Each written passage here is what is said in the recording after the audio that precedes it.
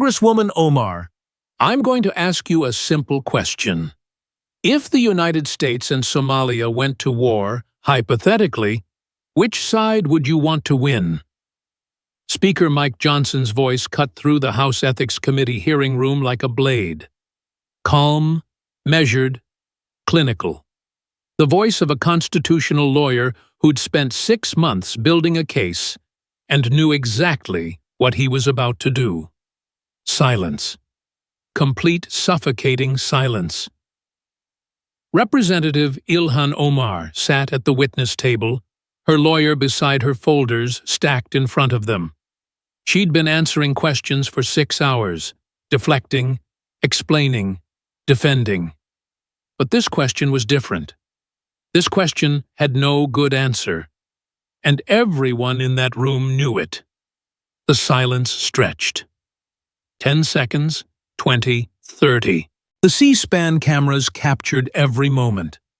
Every micro-expression on her face, the way her eyes darted to her lawyer, the way her hands gripped the edge of the table, the way she opened her mouth and then closed it, without speaking. 40 seconds, 50 seconds, a full minute. It was the longest silence in congressional hearing history, and it was devastating. The hearing room was packed, every seat filled, press gallery overflowing, other members of Congress standing in the back because there were no chairs left. Everyone had known this hearing would be significant. Speaker Johnson didn't personally conduct hearings unless they mattered. But nobody had expected this. Nobody had expected the quiet, methodical destruction of a sitting congresswoman in real time. Johnson sat at the head of the committee table, his hands folded on top of a thick binder. Behind him were poster boards covered with charts, timelines, and photographs. To his right, the committee's chief counsel and investigators. To his left, more members of the Ethics Committee, all Republicans, because Democrats had boycotted calling this a political hit job. Their empty chairs just made the hearing look more serious, more judicial, less political theater, more prosecution. Omar wore a bright turquoise hijab and a dark blazer. She'd dressed for television for the clip that would go viral. She'd thought she'd be the hero of this story, the Muslim congresswoman standing up to Republican persecution. She'd survived worse attacks, been called a terrorist, had death threats, been accused of anti-Semitism. Each time she'd emerged stronger, more defiant, more popular with her base. But this was different. This wasn't tweets or speeches or cable news shouting matches. This was evidence, documents, bank records, phone transcripts, witnesses, 6 months of investigation distilled into an airtight case. Johnson finally broke the silence. His voice was quiet, but it carried. Let me rephrase to make it even simpler. You took an oath when you became a citizen. You renounced all allegiance to Somalia. You swore allegiance only to the United States. Did you mean that oath, or were you lying? Omar's lawyer, David Brennan, expensive D.C. attorney in a suit that probably cost $5,000, leaned over and whispered urgently in her ear. She shook her head slightly, whispered back. The microphones caught murmurs, but not words. Johnson waited, patient. He had all day. He had all the evidence. He could wait. Finally, Omar spoke. Her voice came out strained, defensive. That's a loaded question that doesn't... It's only loaded if you can't answer it honestly, Johnson interrupted, not rudely, just factually. Every American in this room knows the answer immediately. We'd want America to win. Why can't you say that? More silence. Omar looked trapped, cornered. Johnson leaned forward slightly. The fact that you can't answer that you won't answer tells us everything we need to know. You can't say America because everyone in this room has just seen 6 hours of evidence showing you've been working for Somalia's interests, coordinating with their government, taking their money, voting exactly as they want you to vote.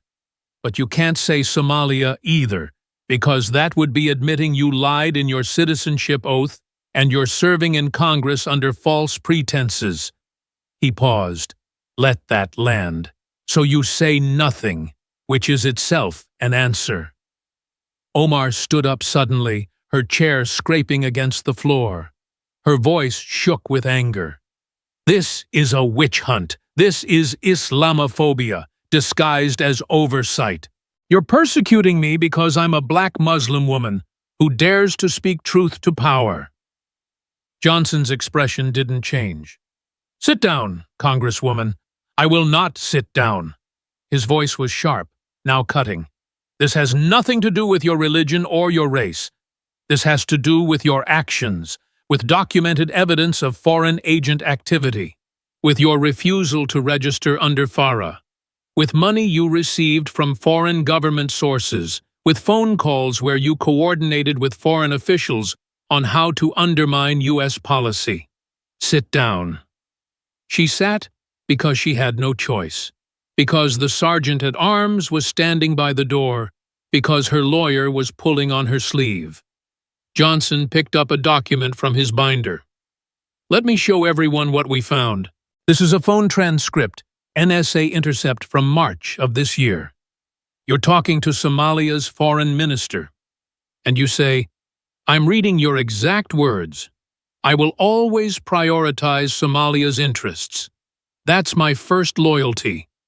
America is just where I work. He looked up. Let that quote hang in the air.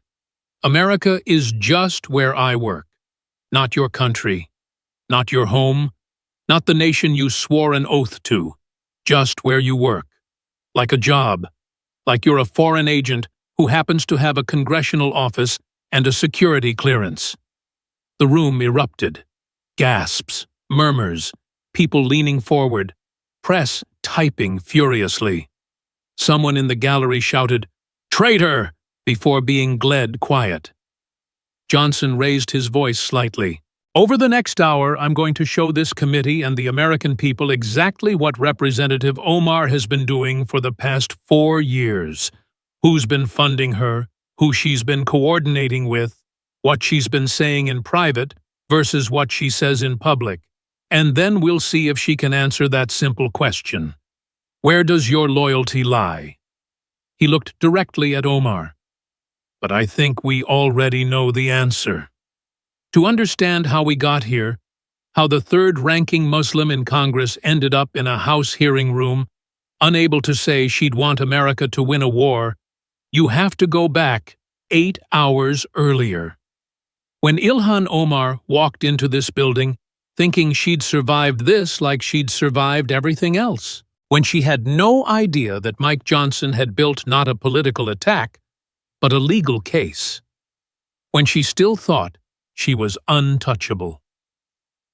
8 hours earlier, Representative Ilhan Omar sat in her Longworth office building suite reviewing talking points with her lawyer and chief of staff. It was just after 8:00 a.m. The hearing started at 10:00. She had 2 hours to prepare for what she thought would be a routine political harassment session.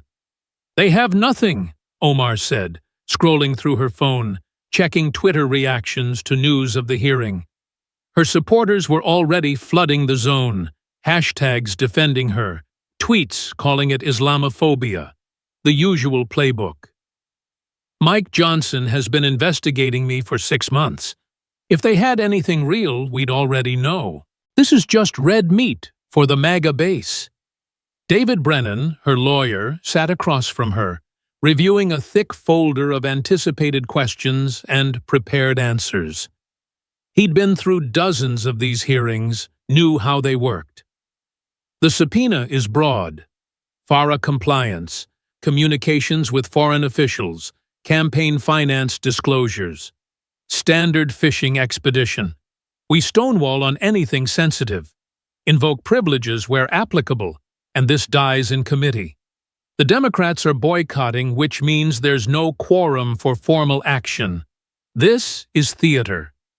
Her chief of staff, Marcus Osman, flipped through printed-out press releases, ready to go. Media strategy is set.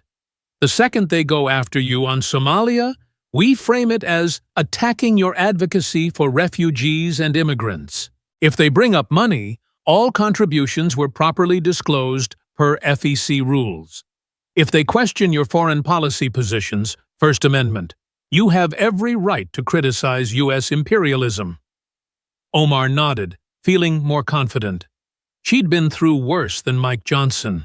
She'd survived Trump calling her anti-American, survived McCarthy threatening to strip her committee assignments, survived countless death threats and protest.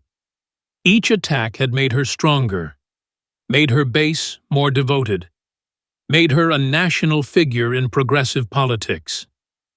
Remember, Brennan said, you don't have to answer most of their questions. If something feels like a trap, defer to me. I'll invoke attorney-client privilege or Fifth Amendment if necessary. They can't compel you to incriminate yourself. I'm not worried about incriminating myself, Omar said. I haven't done anything wrong. I've been helping my constituents, standing up for what's right. They're going to try to criminalize normal congressional work.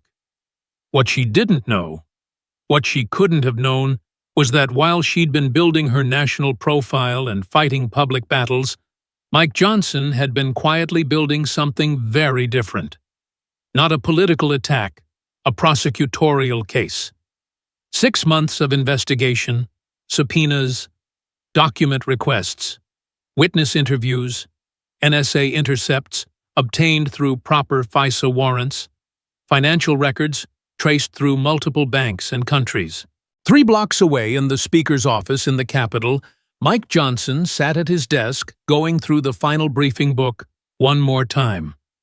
He was meticulous by nature, had been a constitutional lawyer before entering politics, taught law, argued cases. He approached this hearing the way he'd approach a trial.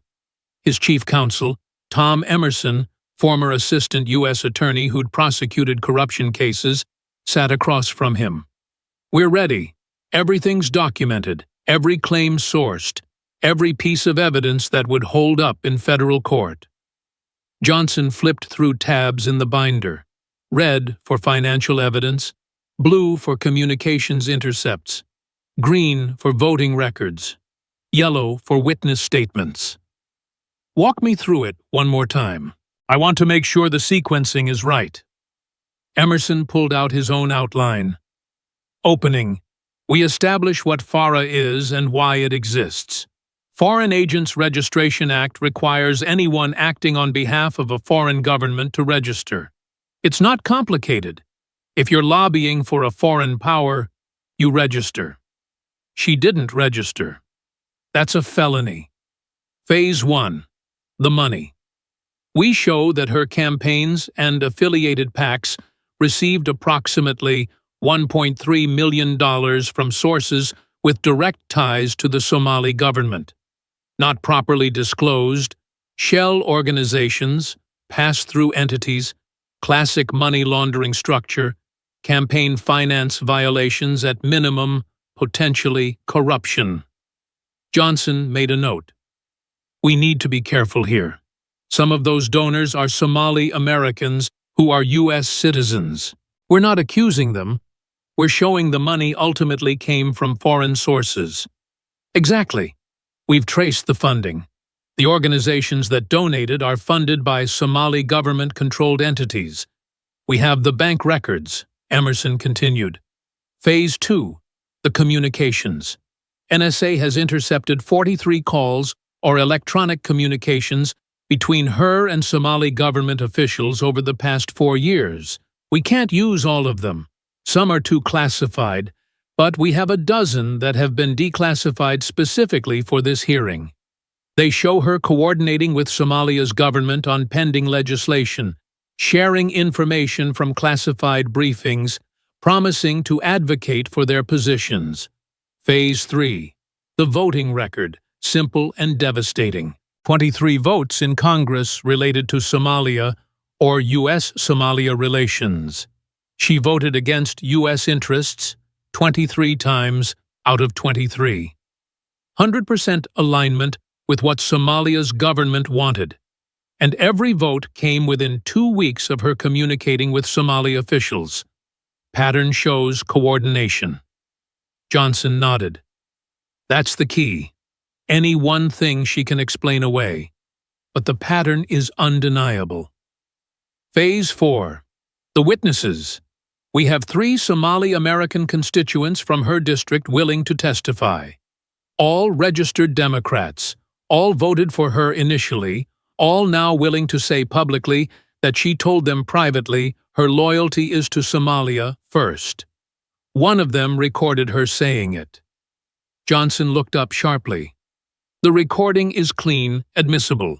Single-party consent state. Minnesota allows recording with one party's knowledge. The constituent recorded her own conversation with Omar. It's legal and it's devastating. Omar's voice saying, "You'll always be Somali in your heart. That's where your loyalty should be." Phase 5. The question.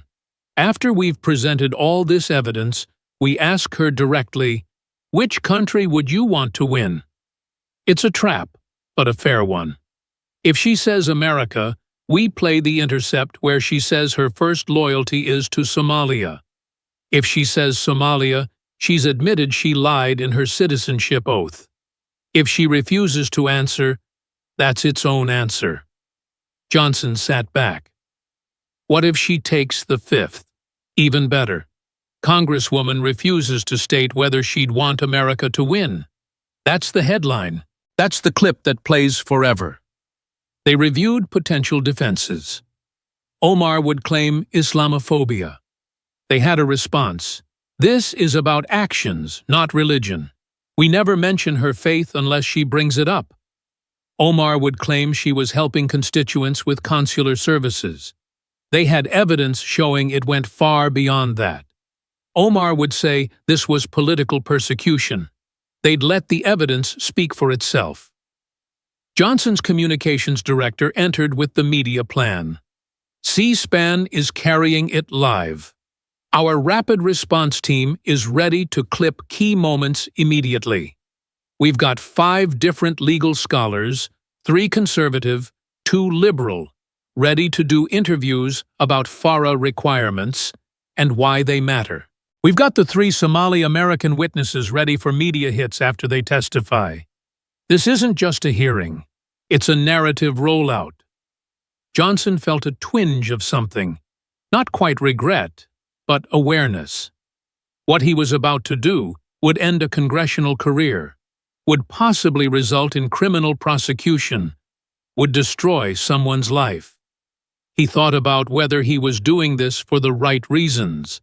Then he thought about the evidence, the phone calls where she coordinated with a foreign government, the money from foreign sources, the votes that consistently harmed U.S. interests, the security briefings she'd attended and then shared information from. This wasn't political persecution. This was accountability for actions that would get anyone else arrested. Tone is everything, Johnson said. I'm not attacking her personally. I'm not questioning her faith or her background. I'm presenting evidence of specific actions that violate federal law. Clinical, professional, prosecutorial. Let the facts speak. At 9:30 a.m., both sides moved toward the hearing room. Omar walked through the Capitol surrounded by supporters, members of the squad, AOC Rashida Ayanna Presley flanking her in solidarity. Cameras everywhere. She stopped for a quick statement to the press. This hearing is a political witch hunt designed to silence a black Muslim woman who speaks truth to power. But I will not be silenced. I will not be intimidated. And I will continue fighting for my constituents and for justice. She looked strong, defiant, ready for battle. Johnson entered through a side door, avoiding cameras, carrying his binder, looking like a lawyer heading to court. No performance, no press conference, just preparation. The hearing room filled quickly, every seat taken, Press gallery packed. Gallery seats filled with Omar supporters wearing "We Stand with Ilhan" buttons, mixed with critics holding signs about accountability and law. Capitol Police everywhere, anticipating disruption. At exactly 10 a.m., Johnson gave the hearing to order. The House Committee on Ethics will come to order. We are here today to investigate potential violations of the Foreign Agents Registration Act and related federal laws by Representative Ilhan Omar of Minnesota's 5th Congressional District. His voice was formal, procedural. This wasn't political theater.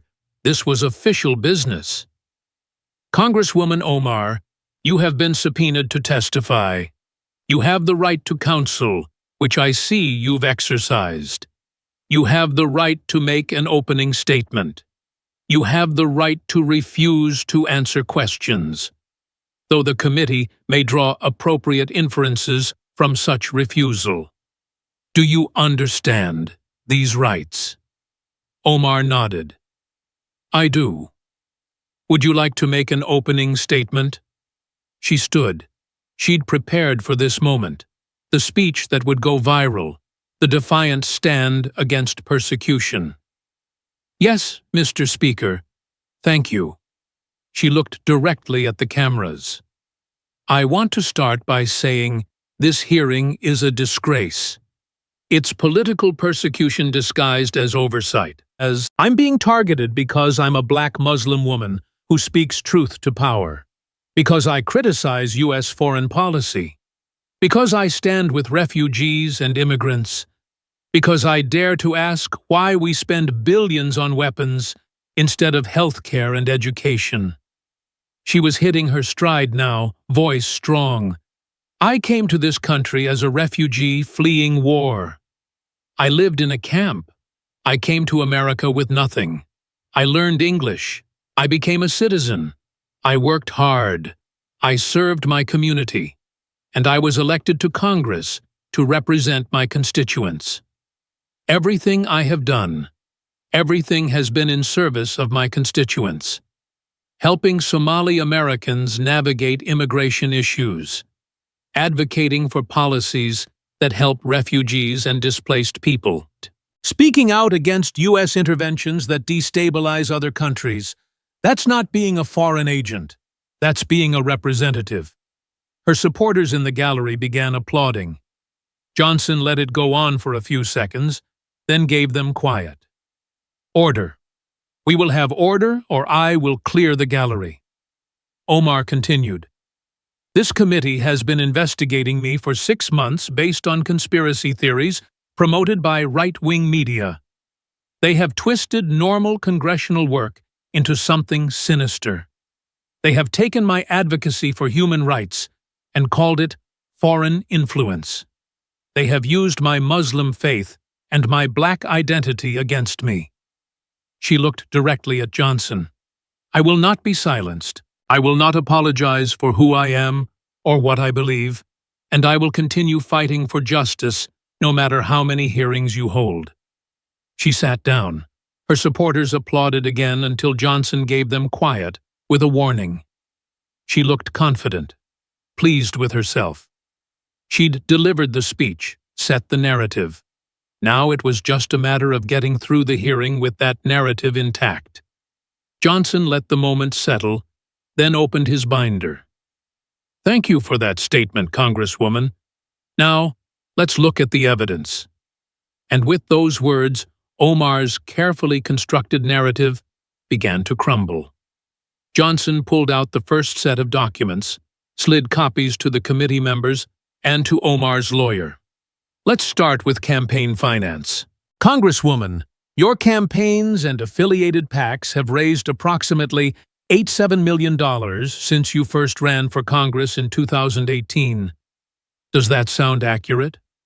Omar glanced at her lawyer, who nodded slightly.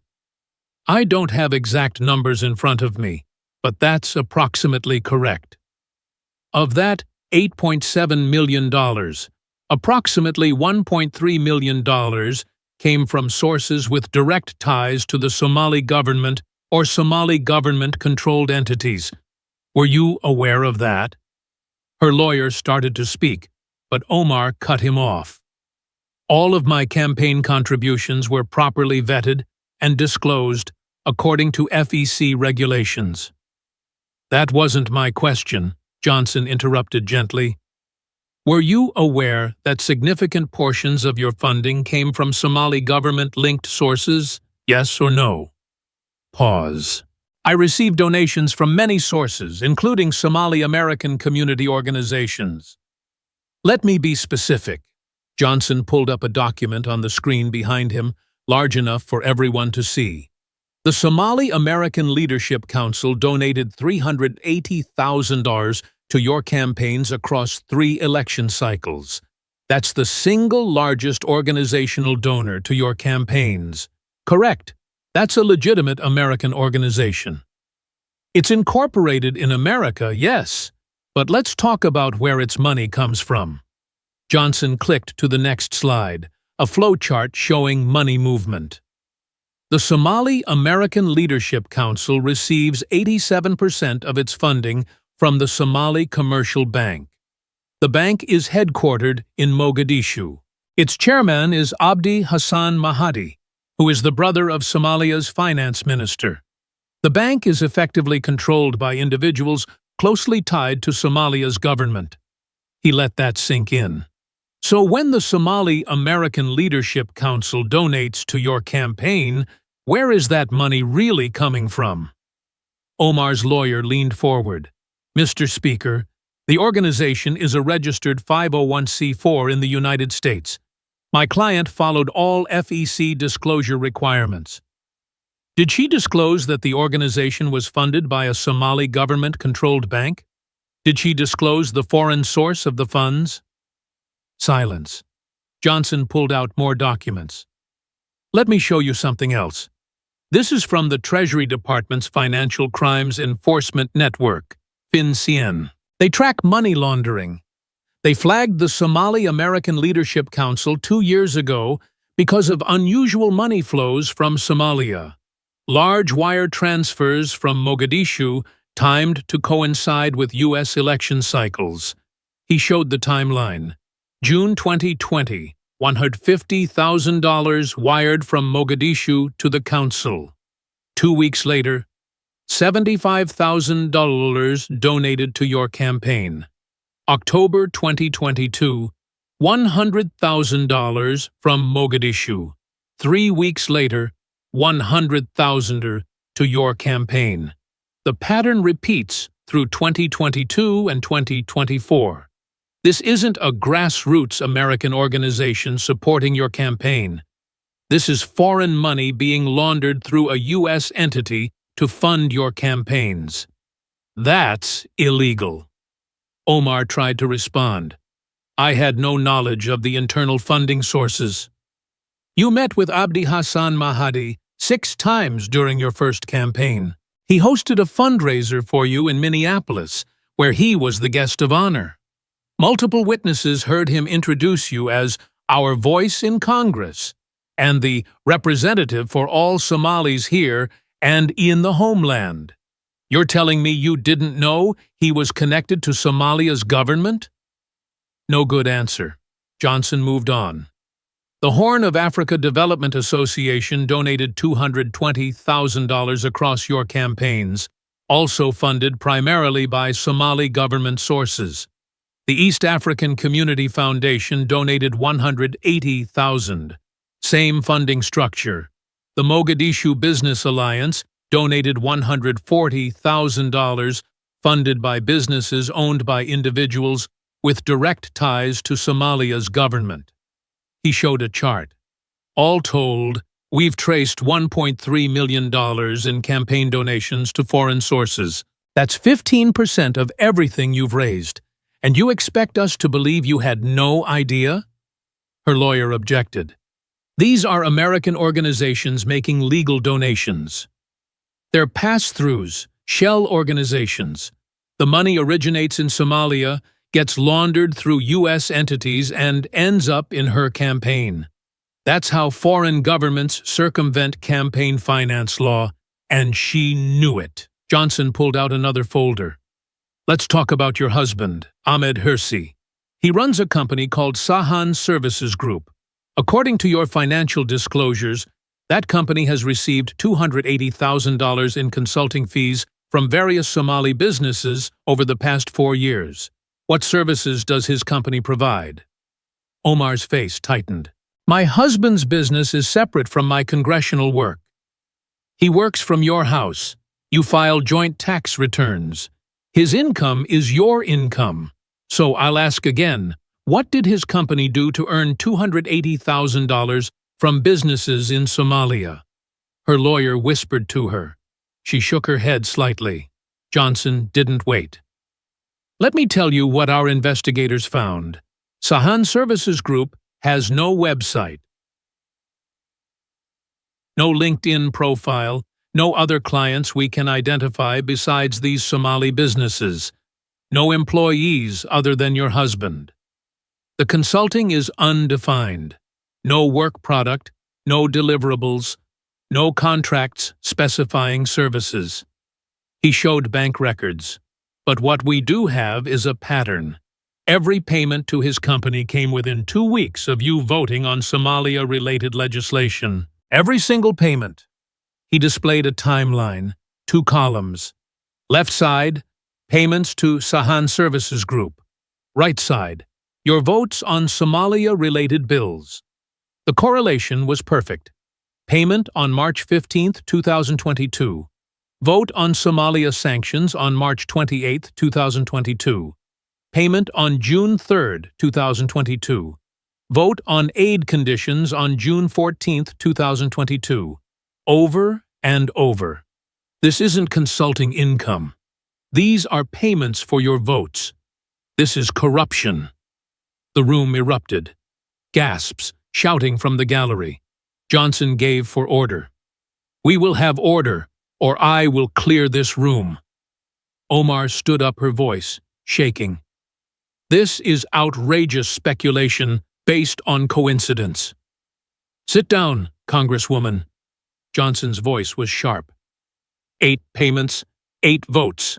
Perfect timing. That's not coincidence. That's evidence. And we're just getting started. Johnson opened a blue folder.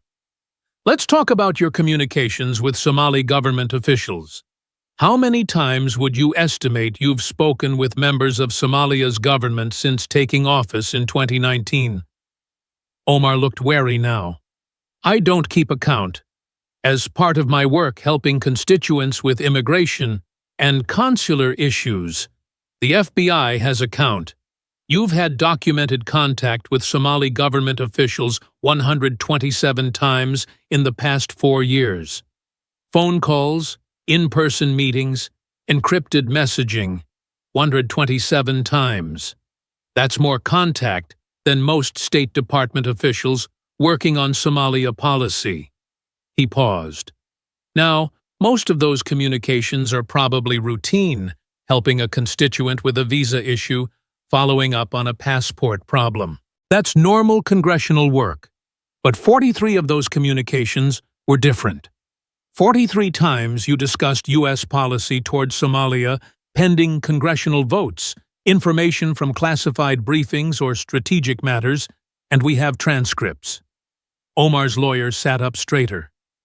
Mr. Speaker, I object to these transcripts. They were obtained legally under FISA warrants. The FBI was monitoring Somali government communications as part of ongoing terrorism investigations, Al-Shabaab financing, weapons trafficking. Your client's name kept appearing in those communications. So, the FBI obtained a warrant from the FISA court to monitor her communications with foreign government officials. Johnson pulled out a transcript. This is from March 14, 2025. You're speaking with Somalia's Foreign Minister, Abdullahi Hassan.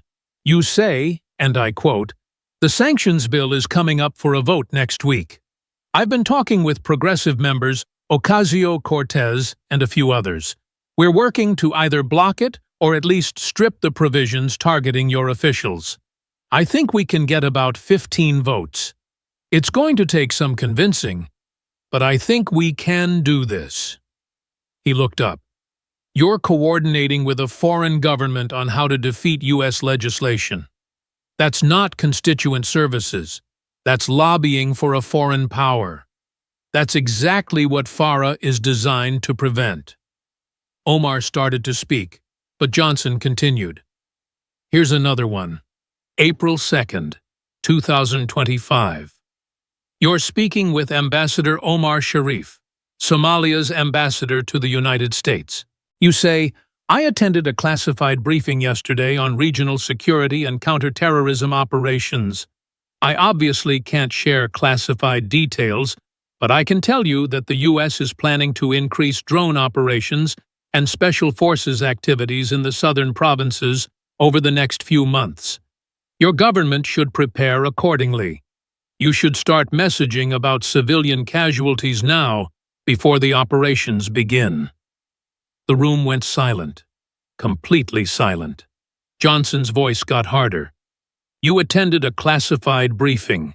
Then you called a foreign government official and told him about upcoming U.S. military operations. You gave them advanced warning so they could prepare. That's a violation of your security clearance. That's potentially espionage. Americans could have died because of what you told them. Omar's lawyer was on his feet. Mr. Speaker, this is highly prejudicial. It's her voice, her words, legally obtained. Would you like me to play the audio? He pressed a button. Omar's voice filled the room crystal clear, saying exactly what Johnson had read. The audio quality was professional. NSA intercept. Undeniable. Johnson turned off the audio. Let me share one more. This is my favorite. July 18, 2025. You're speaking again with Foreign Minister Hassan. He's thanking you for your help on various matters. And you respond, I want everyone to hear this very carefully. You say, of course, I will always prioritize Somalia's interests. That's my first loyalty. America is just where I work, where I have a platform. But my heart, my loyalty, that's with Somalia. That will never change. He let the quote hang in the air. Let everyone absorb it. America is just where I work. Not your country, not the nation you took an oath to serve, not the people you represent, just your workplace, just a platform. He looked directly at Omar. You're an elected representative of the United States Congress. You have a security clearance. You take classified briefings. You vote on legislation affecting national security. And you told a foreign official that your first loyalty is to his country, not to ours. Omar's face was flushed. Her hands gripped the table. That's taken completely out of context. Would you like me to play the full conversation? It's 9 minutes long. It doesn't get better. You spend 9 minutes discussing how to coordinate your congressional advocacy with Somalia's government priorities. The context makes it worse, not better. Johnson pulled out a green folder. Let's examine your voting record on Somalia-related issues. In the past 4 years, there have been 23 bills, resolutions, or amendments that Congress voted on related to Somalia. Foreign aid conditions, sanctions, arms sales to regional partners, human rights resolutions, 23 votes where Congress took a position on U.S. Somalia policy. How did you vote on those 23 bills? Omar knew where this was going. I voted according to my conscience and my understanding of what's best for the region. You voted against U.S. interests all 23 times, 100%.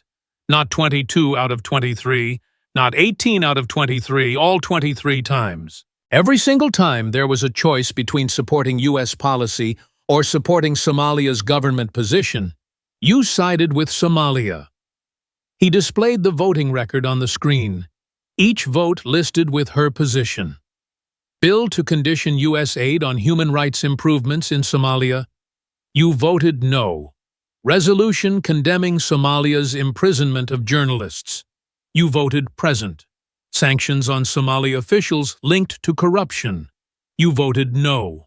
Arms sailed to Kenya, which Somalia opposed because of border disputes. You voted no. Bill to increase funding for counterterrorism operations against al-Shabaab. You voted no. Resolution supporting democratic reforms in Somalia. You voted present. It goes on and on. Johnson looked up from the screen. 23 votes. 23 times you sided with Somalia's government over the United States. That's not a policy disagreement. That's not progressive foreign policy. That's allegiance to a foreign power. Omar tried to defend herself. I have principled objections to U.S. militarism and intervention. Then why do you only have those objections when it comes to Somalia? You've voted for military action in other contexts. You've supported aid to other countries without conditions. But when it comes to Somalia, 100% alignment with their government's position. He pulled out another chart. And here's what's really interesting. Every one of those 23 votes happened within 2 weeks of you meeting with Somali government officials. Every single one. The timeline showed it clearly. Call with Foreign Minister on March 10th. Vote on Somalia sanctions on March 22nd. Meeting with Ambassador on May 5th. Vote on aid conditions on May 16th. Perfect correlation. You talk to them. They tell you how they want you to vote. You vote that way. That's not representing your constituents. That's taking instructions from a foreign government. That's exactly what foreign agents do. Omar's lawyer stood. Mr. Speaker, you're drawing unwarranted conclusions from coincidental timing. 23 times. That's not coincidence. That's coordination. That's a pattern so clear that any federal prosecutor would take it to a jury. Johnson closed the folders in front of him. I want to shift now from documents to testimony. We have 3 witnesses who are constituents of Congresswoman Omar. All Somali Americans, all U.S. citizens, all people who voted for her, and all willing to testify about conversations they had with her, conversations about loyalty, about allegiance, about who she really serves. He nodded to the door. I'd like to call our first witness, Amina Hassan. Please, come forward. A woman in her early 40s entered. She wore a hijab and a modest dress. She looked nervous, but determined. She took her seat at the witness table, was sworn in, and gave her name for the record. Johnson spoke gently. Ms. Hassan, thank you for being here. I know this is difficult. Please tell the committee about yourself. Amina spoke in clear but accented English. My name is Amina Hassan. I am a U.S. citizen. I came to America from Somalia in 1996 as a refugee. I was 16 years old. I have lived in Minneapolis ever since. I work as a nurse at Hennepin County Medical Center. I am married. I have 3 children who were all born in America. And you live in Congresswoman Omar's district? Yes. The 5th district. Did you vote for her? Yes, in 2018 and in 2020. I was very proud when she was elected. She was like us, a refugee who made it. I thought she would represent our community well. I thought she would help us integrate into American society, help us succeed. Johnson nodded. What changed your mind about her? Amina took a breath. In 2020, there was a town hall meeting in Minneapolis, Cedar Riverside neighborhood. I attended because I wanted to ask about programs to help refugees integrate, English classes, job training, citizenship support, things to help us become American. What happened? I asked my question. I said that many refugees want to integrate, want to become fully American, but need support to do it. And she got angry. Amina's voice got stronger. She said we shouldn't have to assimilate, that we should keep our Somali identity and culture, that America needs to change to accommodate us, not the other way around. What was your reaction? I was confused. I came to America because I wanted to be American. I love Somalia. It's where I was born, but I chose to become American. I took the citizenship oath. I meant it. Johnson leaned forward. Did you speak with Congresswoman Omar after the event? Yes. I waited until most people had left. I approached her privately. I told her that I didn't come to America to stay Somali. I came to become American. And she, Amina paused, emotional now. She looked at me like I was a traitor. She said, "You can be American on paper, but you'll always be Somali in your heart.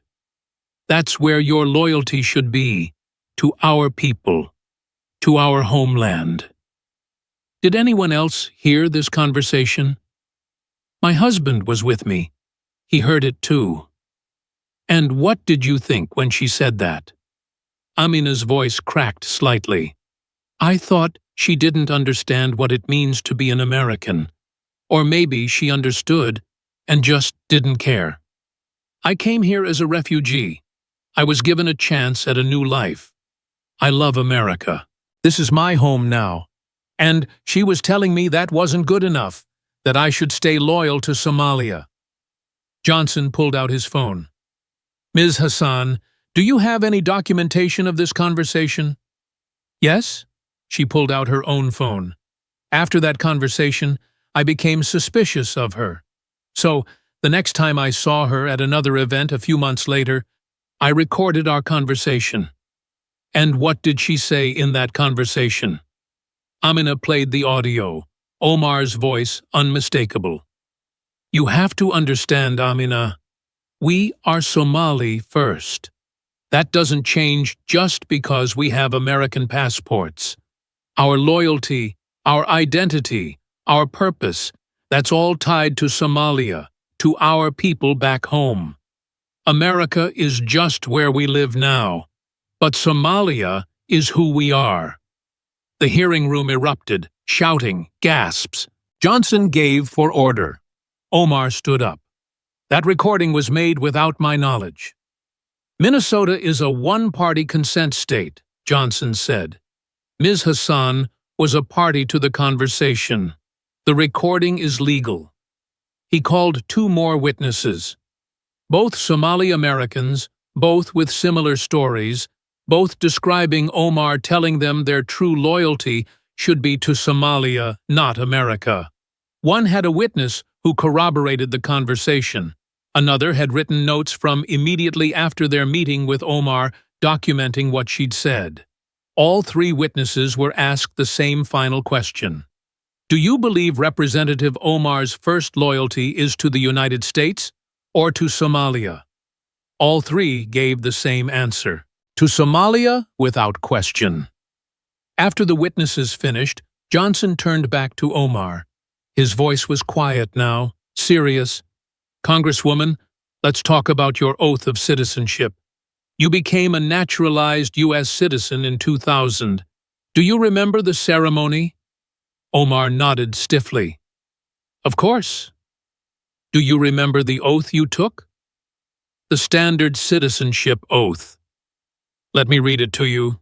Make sure we all understand what you swore. Johnson pulled out a document. This is the oath every naturalized citizen takes. You took this oath in Minneapolis on October 5, 2000. You raised your right hand and you said, he read slowly, clearly, I hereby declare, on oath, that I absolutely and entirely renounce and abjure all allegiance and fidelity to any foreign prince, potentate, state, or sovereignty, of whom or which I have heretofore been a subject or citizen. He looked up. You swore to absolutely and entirely renounce all allegiance to Somalia. Did you mean that? Of course I meant it. Then why did you tell the Somali foreign minister that your first loyalty is to Somalia? Why did you tell constituents they'll always be Somali in their hearts? Why did you tell Amina Hassan that Somalia is who we are, and America is just where we live. Those statements are the exact opposite of the oath you took. He continued reading the oath. I will support and defend the Constitution and laws of the United States of America against all enemies, foreign and domestic, that I will bear true faith and allegiance to the same. You swore to bear true faith and allegiance to the United States. Have you done that? I have. You've coordinated with a foreign government on how to defeat U.S. legislation. You've shared classified information with foreign officials. You've taken money from foreign government sources. You've voted against U.S. interests 100% of the time when they conflicted with Somalia's interests. That's not true faith and allegiance to the United States. That's the opposite. Johnson's voice got harder. The oath continues. I take this obligation freely, without any mental reservation or purpose of evasion. No mental reservation, no purpose of evasion. Did you take that oath freely, or did you have mental reservations? Did you think, I'll say these words, but I don't really mean them? Omar's lawyer objected. Mr. Speaker, you're asking her to speculate about her state of mind from 25 years ago. I'm asking if she lied, if she took an oath she never intended to keep, if she committed fraud to obtain U.S. citizenship. The room went silent because based on the evidence we've seen today, the money, the phone calls, the coordination, the votes, her own statements, it appears she never actually renounced her allegiance to Somalia.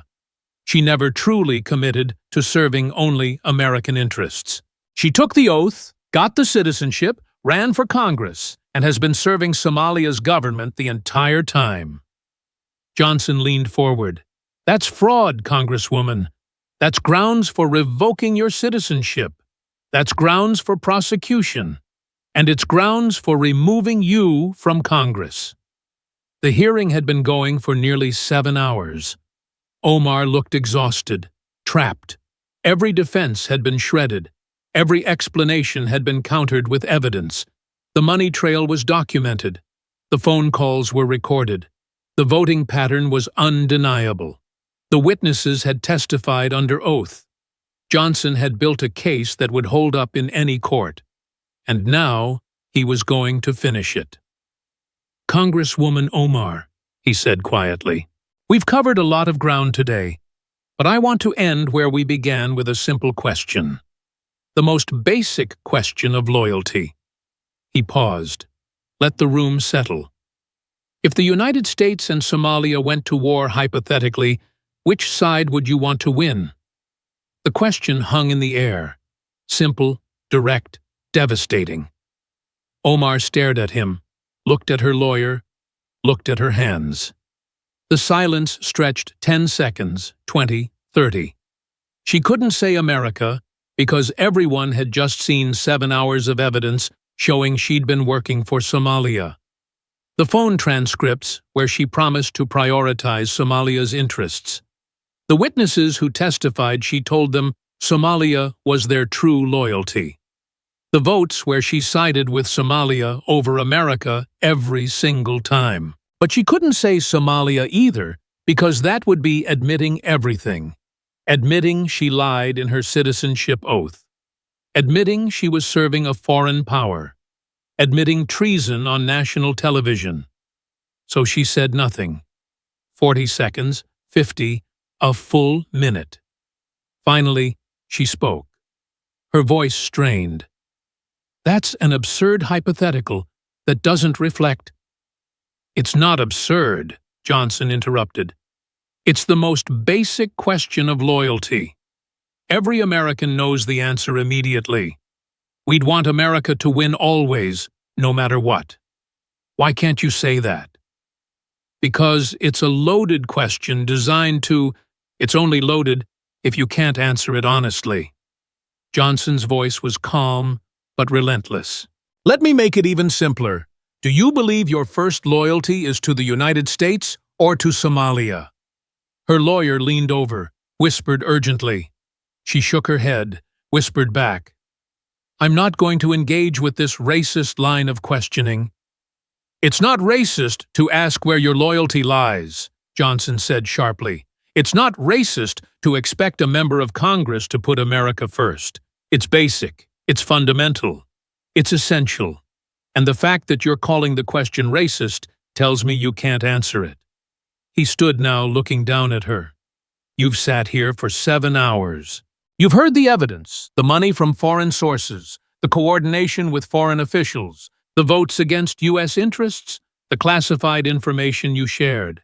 Your own words on tape saying your first loyalty is to Somalia. And now I'm asking you directly, which country do you serve? Which country has your loyalty?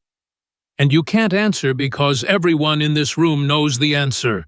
Everyone watching at home knows the answer. You serve Somalia. Your loyalty is to Somalia. You've been a foreign agent operating inside Congress with a security clearance and a vote on U.S. policy. Omar stood up suddenly, her chair scraping loudly.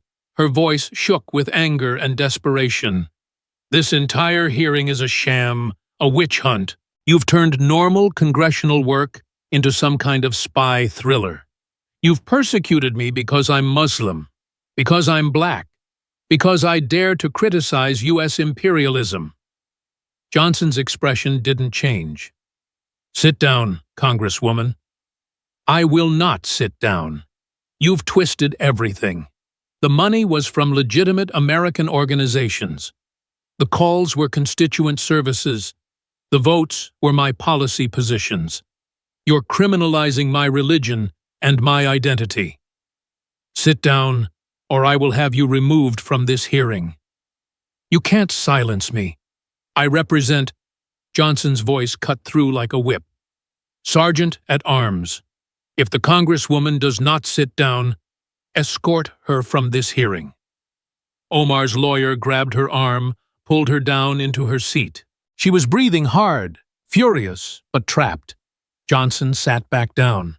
Let the record reflect that Representative Omar refuses to answer whether her first loyalty is to the United States. She refuses to answer whether she would want America to win in a conflict with Somalia. She deflects to claims of persecution and racism rather than addressing the evidence. He picked up a document. Based on the evidence presented in this hearing, this committee makes the following findings. 1.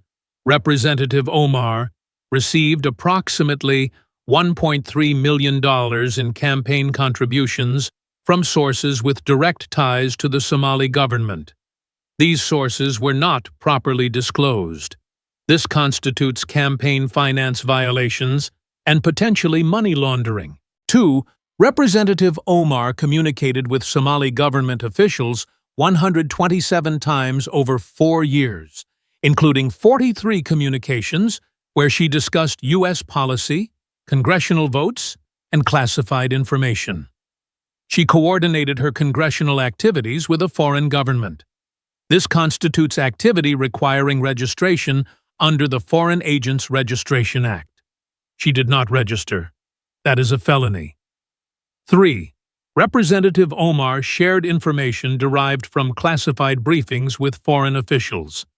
This constitutes a security clearance violation and potentially espionage. 4. Representative Omar voted against U.S. interests 100% of the time when those interests conflicted with Somalia's government positions. The pattern and timing of these votes, combined with her communications with Somali officials, demonstrates coordination with a foreign power. 5. Representative Omar made statements to constituents and to foreign officials, indicating her primary loyalty is to Somalia rather than to the United States. This contradicts her citizenship oath and her congressional oath of office. Johnson looked up. Based on these findings, this committee will be making several referrals. First, to the Department of Justice for prosecution under the Foreign Agents Registration Act, campaign finance laws, and laws regarding classified information. Second, to the House Ethics Committee for violations of House rules regarding outside income, conflicts of interest, and conduct unbecoming a member of Congress. Third, to the Office of the Director of National Intelligence for immediate revocation of Representative Omar's security clearance. Fourth, to U.S. Citizenship and Immigration Services for investigation of potential fraud in her citizenship application. Fifth, to the House of Representatives for consideration of expulsion under Article 1, Section 5 of the Constitution. Each referral landed like a hammer blow. Omar sat frozen, the color draining from her face. Representative Omar, you are hereby suspended from all committee assignments pending the outcome of these investigations. Your security clearance is revoked effective immediately. You are prohibited from attending any classified briefings, and this committee recommends that the full House vote on your expulsion within 30 days. Omar found her voice. You can't do this. I just did. Johnson closed his binder. This hearing is adjourned. He stood. The other Republican committee members stood. They filed out. Omar sat at the witness table surrounded by her lawyer and staff, looking shell-shocked. The cameras captured every moment. Her supporters in the gallery were shouting, but it sounded distant. Defeated. She'd walked into this hearing thinking she could survive it, like she'd survived everything else. That she could play the victim, call it persecution, rally her base. But Johnson hadn't played politics. He'd prosecuted a case with evidence, with witnesses, with facts that couldn't be spun away. And now her career was over. The video clips spread instantly. Within minutes of the hearing adjourning, the key moments were on Twitter, YouTube, TikTok. The silence when she couldn't answer whether she'd want America to win. The recording of her saying, "America is just where I work." The witnesses testifying, she told them to stay loyal to Somalia. By evening, it was the only story, not just on conservative media everywhere. CNN's legal analyst said the Farah case looked strong. MSNBC's panel was divided but somber. Even progressive outlets couldn't defend the recordings of her own voice. The New York Times. Omar hearing reveals troubling foreign ties. Washington Post. Evidence of foreign coordination raises questions about Omar's loyalty. The Atlantic. When American citizenship isn't enough. Polling came quickly. 71% of Americans said members of Congress should unequivocally support America over other countries. 64% said Omar should resign. 58% supported investigating whether her citizenship was obtained fraudulently. Even in her district, approval dropped to 38%. Democratic leadership stayed silent for 48 hours, then released a tepid statement. These are serious allegations that must be investigated thoroughly through proper legal channels. Translation: she's on her own. Progressive squad members tried to defend her. AOC tweeted about Islamophobia. Tlaib called it a witch hunt, but the evidence was too strong. Even supporters couldn't explain away her own recorded voice, saying her loyalty was to Somalia. 3 weeks later, the House voted on expulsion. It takes a 2/3 majority. The vote was 307 to 118. 62 Democrats joined all Republicans. Omar became only the 6th House member ever expelled. The Department of Justice indicted her on 3 counts of violating FARA, 2 counts of campaign finance fraud, and 1 count of mishandling classified information. Trial set for the following year. USCIS opened an investigation into her citizenship. If she lied in her oath, it could be revoked. She could be denaturalized and deported. Minnesota's governor announced a special election for her seat. 6 candidates immediately declared. None of them wanted her endorsement. The 3 Somali-American witnesses who testified became community leaders. They started an organization, Somali Americans for American Values. Their message: we came here to be American. We chose this country. Our loyalty is here. They held a press conference. Ilhan Omar doesn't represent us. She represented Somalia. We came to America to escape corruption and violence, to build new lives, to be American. She betrayed that. She betrayed us. 6 months after the hearing, Omar sat in a Minneapolis apartment awaiting trial, her congressional career over, her citizenship in jeopardy, facing potential prison time. She gave one interview to a friendly outlet.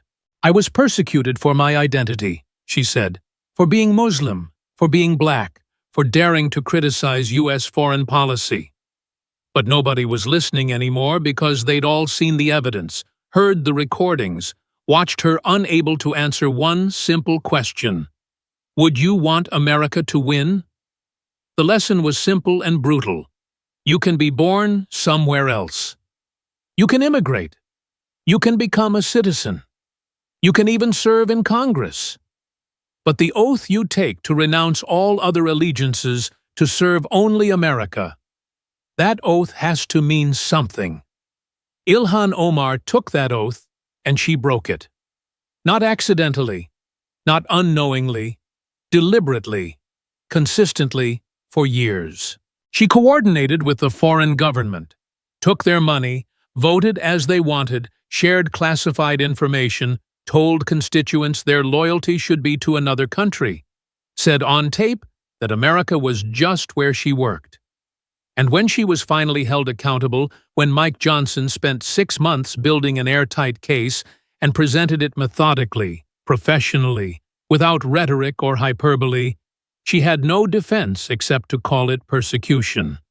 But you can't claim persecution when they have recordings of your voice, bank records of the money, witnesses under oath, a voting record that speaks for itself. You can't claim Islamophobia when the question isn't about your religion, but about your actions. You can't claim racism when Americans of all backgrounds expect the same thing from their representatives: loyalty to America. Ilhan Omar failed that test. Failed it repeatedly. Failed it so thoroughly that she couldn't even say she'd want America to win a war. And that's why her career ended in a hearing room with cameras rolling, with evidence stacked high, with one question she couldn't answer. Where does your loyalty lie? She never said America, and that told everyone everything they needed to know.